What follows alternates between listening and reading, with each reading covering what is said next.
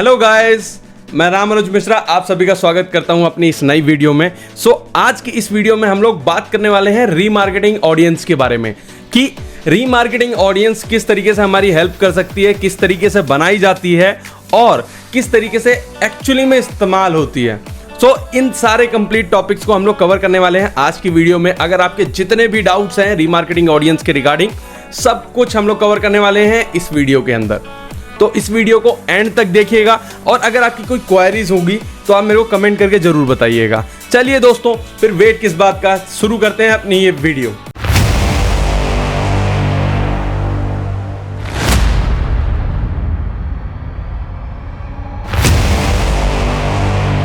हम लोग आ गए अपने डैशबोर्ड पे। सो नाउ क्रिएट करते हैं रीमार्केटिंग ऑडियंस। इसके लिए हमें जाना पड़ेगा शेयर्ड लाइब्रेरी में, ऑडियंस मैनेजर में। देन ये हमारा इंतज़ार कर रहा है बेसिकली। यहाँ पे योर डाटा सेगमेंट। अब योर डाटा सेगमेंट में आके अब यहाँ पे हमारे पर्सनल डाटा आता है। अब यहाँ जो भी हमारी वेबसाइट हो गई, हमारा एप्लीकेशन हो सकती है, उस पर जो हमने विजिट कराई, यूट्यूब चैनल हो सकता है, मल्टीपल चीज़ें हो सकती हैं। प्लस के आइकन पे क्लिक करके यहाँ देख सकते हैं हमें यूज़र्स जो डाटा बनाना है, रीमार्केटिंग ऑडियंस बनानी, किस प्लेटफॉर्म के लिए बनानी है, वेबसाइट के लिए, ऐप के लिए, यूट्यूब यूज़र्स के लिए, या कस्टमर लिस्ट, आपकी कोई कस्टम लिस्ट हो, आप उसको करना चाहते हैं। इन तरीके से आप यहाँ पे ऑडियंस बना सकते हैं। हम लोग पहला शुरू करेंगे वेबसाइट से, वेबसाइट विजिटर्स। और वेबसाइट विजिटर्स में हम यहाँ पे लिखेंगे वेबसाइट। अब वेबसाइट विजिटर्स में आ जाता है। अब यहाँ पे हमने ये हमारे वेबसाइट जो भी हमारा डोमेन होगा ऑलरेडी लिंक्ड होता है अकाउंट के साथ। जिन पे ऐड चल रही है वो ऑडियंस यहाँ पे क्रिएट हो जाएगी। बट इसको थोड़ा सा और रिफाइन करने के लिए मैं अपना यहाँ पे एग्जैक्ट यूआरएल डाल देता हूँ, सो दैट कि बाद में दिक्कत ना हो, प्लेटफॉर्म को कन्फ्यूज़न ना हो अगर मैं मल्टीपल यूआरएल चला रहा हूँ तो। अब ये जो 30 डेज़ आ रहा है वेबसाइट विजिट, अब ये 30 डेज़ आप कितने दिन के लिए रिटेन करना चाहते हैं अपने कस्टमर्स को, उस डाटा को। तो मैं एटलीस्ट 90 डेज़ तक इसको मार्केट करना चाहता हूँ। 90 डेज़ के बाद ये पुराने हो जाएंगे, फिर नई ऑडियंस आएगी, उन पे हम लोग कर सकते हैं मार्केट। अब रिफाइन करने के लिए मैंने डोमेन डाल दिया, यहाँ पर डाल दिया। अब प्रीफिल डेट, अब पुराना कोई डाटा आप लेना चाहते हैं, ये स्टार्ट विद द एम्प्टी। मैं ऑलवेज प्रीफर करता हूँ कि पुराने जो लोग आ चुके हैं वेबसाइट पे उनका डाटा एटलीस्ट कलेक्ट कर लें। तो 30 डेज़ का डाटा कलेक्ट हो जाने देते हैं। अब यहाँ पे आप डिस्क्रिप्शन दे सकते हैं जो भी आपको बाद में ईजिली अंडरस्टैंड हो सके। ये नाम के नीचे आता है बेसिकली आपके, तो डालते हैं जितना डिटेल में आप लिख सकते हैं अच्छे तरीके से, जो आपको जैसे भी आप समझ सकते हैं वैसे आप करेंगे। यहाँ पे क्रिएट सेगमेंट, ये आपका रीमार्केटिंग सेगमेंट हमारा क्रिएट हो गया वेबसाइट यूज़र का। अब ये ऑटोमेटिकली 24 आवर्स लेता है बेसिकली डाटा पॉपुलेट करने में। यहाँ पे आपको दिख जाएगा कौन से कैंपेन के लिए ये एलिजिबल होगी आपकी ऑडियंस। सर्च में चला पाएंगे, यूट्यूब में चला पाएंगे, डिस्प्ले या जीमेल। अब वेबसाइट विजिटर्स का डाटा यहाँ पे क्रिएट कर दिया। अब हम ये नॉर्मल है। अब कोई भी हमें ऑफ़र चलाना है तो इन यूज़र्स को हम चला सकते हैं ऑफ़र जो सबके लिए अवेलेबल हो। बट अगर मेरे को कोई प्रोडक्ट प्रमोट करना है जिसके अंदर हम लोग स्पेशल डिस्काउंट दे रहे हैं उन यूज़र्स को जो आज तक कन्वर्ट नहीं हुए या हमारे लिए बिल्कुल नए हैं, जिन्होंने हमारे से प्रोडक्ट नहीं खरीदा है, मतलब बिल्कुल नए भी नहीं, मतलब ऐसे यूज़र्स हैं जो हमारी वेबसाइट को देख के जा चुके हैं, हमारे प्रोडक्ट को उन्होंने देख लिया है, क्या स्पेशलिटी है देख लिया। हो सकता है सिर्फ वो बैक ऑफ हो रहे हैं सिर्फ डिस्काउंट की वजह से, तो हम लोग को उनके लिए ऑफ़र चलाना है। तो लेट्स उनके लिए हम ऑफ़र चलाते हैं। तो पहले हमें बनानी पड़ेगी ऑडियंस। तो उसके लिए हम क्या करेंगे, नॉन कन्वर्टेड ऑडियंस।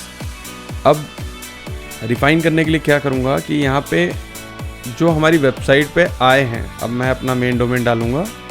अब इस डोमेन पे आए हैं जो यूज़र्स, स्टिल 90 डेज़।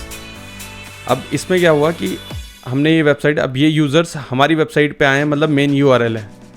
इसके आगे कोई भी आपको और पाथ क्रिएट नहीं करना है, मतलब स्लैश कैटेगरी स्लैश प्रोडक्ट नहीं, कुछ भी नहीं। जस्ट अगर आप किसी स्पेसिफिक पेज के लिए नहीं बना रहे हो इसको, तो अब ये हम जर्नल बना रहे हैं जेनरिक कैंपेन के लिए। हमारी वेबसाइट पे बंदा आया, ये हमारा यूआरएल है, बट हमारे थैंक यू पेज से गुजर के नहीं गया। अब हम ऐड कर लेते हैं यहाँ पे एक्सक्लूजन कि भाई हमारी वेबसाइट पे आ गया लेकिन हमारे थैंक यू पेज से होकर नहीं गया। उनके लिए हम करेंगे क्योंकि हमें उसने कोई भी लीड नहीं दी, कोई भी उसने कन्वर्जन नहीं किया, या कोई भी कन्वर्जन जो भी हम लोगों ने क्रिएट किया है उसने वो एक्शन नहीं लिया। उसके लिए अब हम बनाएंगे एक्सक्लूजन। तो एक्सक्लूजन में रखेंगे, ये भी सेम डेज के हिसाब से रखेंगे 90 डेज़। रिफाइन ऑडियंस में जाके हमारे यूआरएल में क्या नहीं होना चाहिए, थैंक यू उसके यूआरएल में नहीं होना चाहिए। अब इससे क्या होगा कि वो बिल्कुल अलग हो जाएंगे, जो जिनके यूआरएल जो हमारे यूआरएल पे कन्वर्ट हो चुके हैं, मतलब जो हमारे वेबसाइट पर आकर हमें लीड दे चुके हैं, सेल्स कर चुके हैं, सेल्स पे बेसिकली परचेज कर चुके हैं, वो सारे एक्सक्लूड हो जाएंगे। बट हमारे पास वो रहेंगे जिन्होंने चेकआउट पे छोड़ दिया या ऐड टू कार्ट पे छोड़ दिया या वेबसाइट पे आए कुछ कन्वर्जन ही नहीं हुआ, बेसिकली आए कुछ करके ही नहीं गए, देख के चले गए। ये ऑडियंस वो रिफाइन करेगी। सो इसमें क्या होगा, आप एक बार अपना कन्वर्जन जो फाइनल परचेज यूआरएल है वो एक बार चेक कर लीजिएगा, परचेज यूआरएल, और आपका जो लीड सबमिट का जो थैंक यू पेज होता है उसका यूआरएल, उसके अंदर थैंक यू कैसे लिखा गया है वो एक बार देख लीजिएगा। जस्ट आपको ये वर्ड लिखना है किस तरीके से लिखा गया है। कई अलग अलग तरीके से लिखते हैं, तो मैं डबल चेक करने के लिए हमेशा चेक करने के बावजूद मैं अलग तरीके से लिख देता हूँ यहाँ पे सेम अलग वेरिएशंस में, कि हमारे वेबसाइट पे हमारे यूआरएल में अलग अलग वेरिएशंस अगर हैं तो वो कैच कर ले। इन तीनों में से कोई एक मिलना चाहिए उसको एक्सक्लूजन के लिए।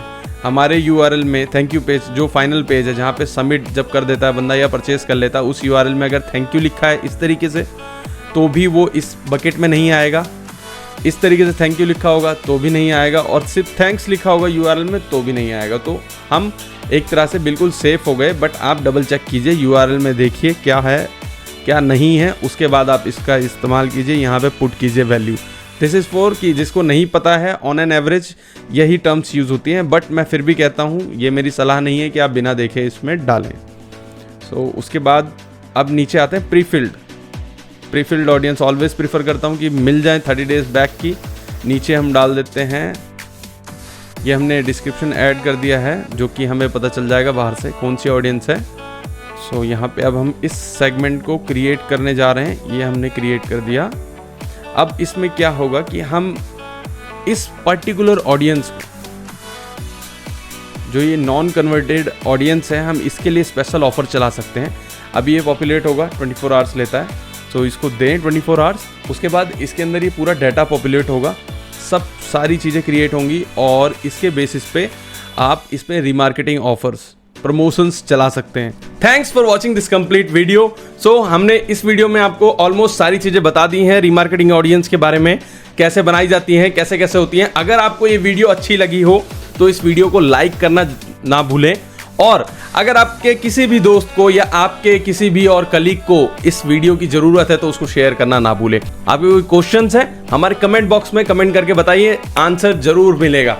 सो दोस्तों, जब तक के लिए हंसते रहें, मुस्कुराते रहें, मिलते हैं अपनी नेक्स्ट वीडियो में। Take care, good bye.